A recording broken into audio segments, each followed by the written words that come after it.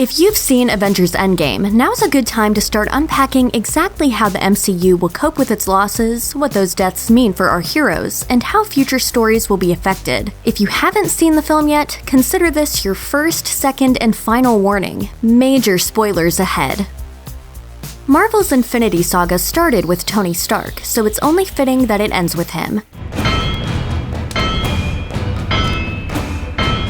If Tony Stark had to die, we're glad he got to go out the way he did. After declaring, "I am Iron Man," right in Thanos' face, he snaps the Mad Titan and his whole army from existence. Of course, everyone is absolutely devastated in the aftermath of Tony's death, as we see at the funeral for the Armored Avenger. Pretty much every surviving superhero was in attendance, and it's clear that the loss will echo throughout the community for years to come, particularly when it comes to those closest to him, like Peter Parker and Nick Fury. And then there's Tony's family. Happy Hogan is clearly stepping in to be a kind of father figure to Morgan Stark, promising to buy her all the cheeseburgers she wants. But Pepper Potts' grief will run deeper. After years of worrying about him, she could see that Tony really was at peace after ending his own personal curse. Still, she'll miss him every day, even if we never see this portrayed in future films. Black Widow was one of the MCU's great survivors. She faced down countless superpowered threats and personal demons throughout her life, and at least her death was on her own terms. This is gonna work, Steve. I know it is. Because I don't know what I'm gonna do if it doesn't. Natasha Romanoff chose to sacrifice herself so that her fellow Avengers could get on with their lives. As she said all along, she had red in her ledger, and this was the ultimate way of wiping that out. Sadly, Natasha didn't get a funeral, at least not that we saw. Her death came during the Avengers' epic time heist, and we saw the grief in the faces of her comrades as they swore to make her loss worth it. Beyond the emotional loss, there's also a greater loss for the MCU. In the face of everything, Natasha was always the cool one under pressure. She became the field commander for the Avengers in the years after the decimation and the point of contact for heroes all over the galaxy. Now, someone else will need to fill her shoes, and it'll be hard to find someone who's up to the task.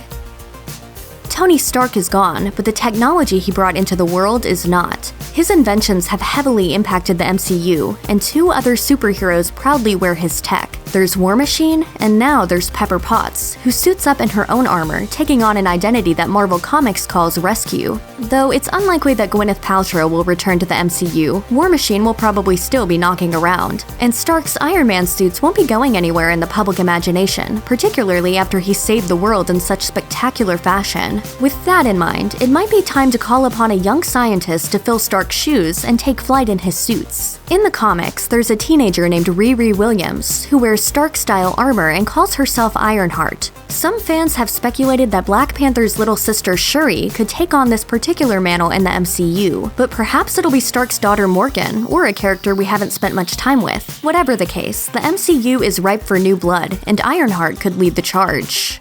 Great. Maybe. With his last act of heroism, Tony Stark not only killed Thanos, but wiped away every last trace of his minions and soldiers, ridding the universe of its greatest threat. In the first Avengers film, the character known only as the Other gave Thanos a sharply worded warning about fighting the heroes of Earth. To challenge them is to court death.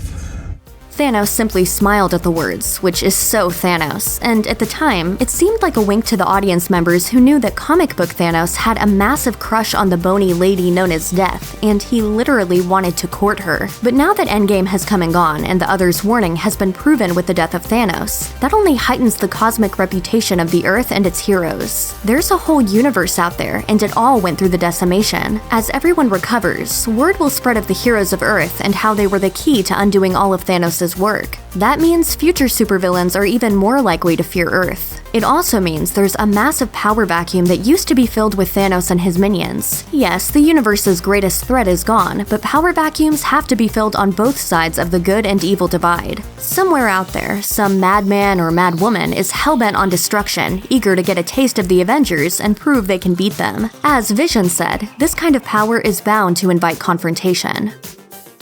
As part of the entrance of Riri Williams as Ironheart in the Marvel Comics universe, it was revealed that Tony Stark sustained such serious injuries in the Civil War II event that he fell into a coma, but he conveniently made a copy of his consciousness beforehand, which was able to assist Riri and freely chat with other Marvel characters as a form of artificial intelligence. This Tony Stark AI became a mainstay of the Marvel universe and retained all the wit and wisdom that characterized Tony. Tony's last recording for his daughter is just that, a recording, but considering everything Tony has tinkered with over the years, including frequent artificial intelligence ventures, it's quite possible that he would have taken a cue from his comics counterpart and found some way to record himself as a consciousness. Hey, Miss Potts.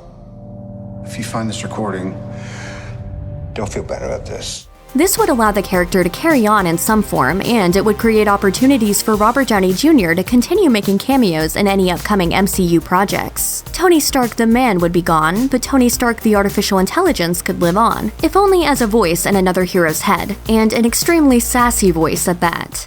We're going out of town. Okay, we've been through this. Nope. Yep. The man says no. Immediately and indefinitely. Honey? Great idea. Check out one of our newest videos right here. Plus, even more Looper videos about Avengers Endgame are coming soon. Subscribe to our YouTube channel and hit the bell so you don't miss a single one.